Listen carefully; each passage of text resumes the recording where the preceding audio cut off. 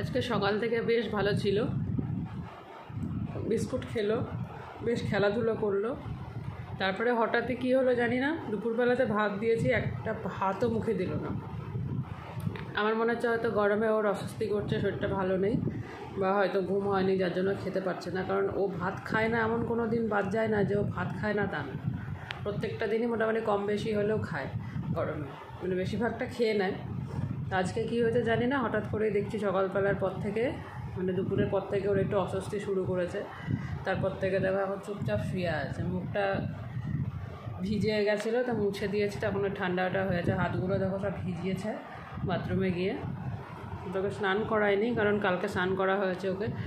তো আজকে খেলো না, এখন ঘুমোচ্ছে, ঘুমাক, বিকেলে উঠে দেখি কি খায়। এখন বিকেলে উঠে যদি একটু খাওয়াতে পারি ওকে। আর ও এরকমই অভ্যাস, মানে দুপুরের ভাত যদি থেকে যায় সেটা আর বিকালে কোনো দিনই খায় না। আমরা দিও না ওকে খেতে, বিকেলের খাবারটাই দিই, যেহেতু শুকনো মুড়ি টুড়ি এসবই খাওয়ায়। এখন যদি ও বিকেলে আবার ভাত খেতে চায় তো ভাতও দিতে পারি, আবার মানে ও যেটা খাবে সেটাই দেবো। যেহেতু ও দুপুরে বিন্দুমাত্র ভাত খেলো না, তো আমার নিজের একটু খারাপ লাগছে। এখন দেখি কখন ওঠে ও, সেই মতো তাহলে ওকে খাওয়াবো।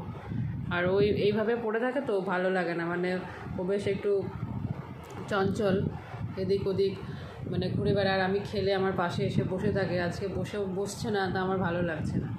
আর এইভাবে থাকে না ও কোনো সময় পড়ে, ওকে এইভাবে দেখলে না খুব কষ্ট লাগে, মানে খুব খারাপও লাগে যে এরকম হয়ে থাকলে।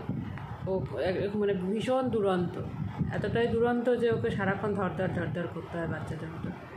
তো যাই হোক, ও কেমন থাকছে কি না থাকছে দেখি, আর বিকালে যদি খাই তো সেটাও তোমাদেরকে জানাবো।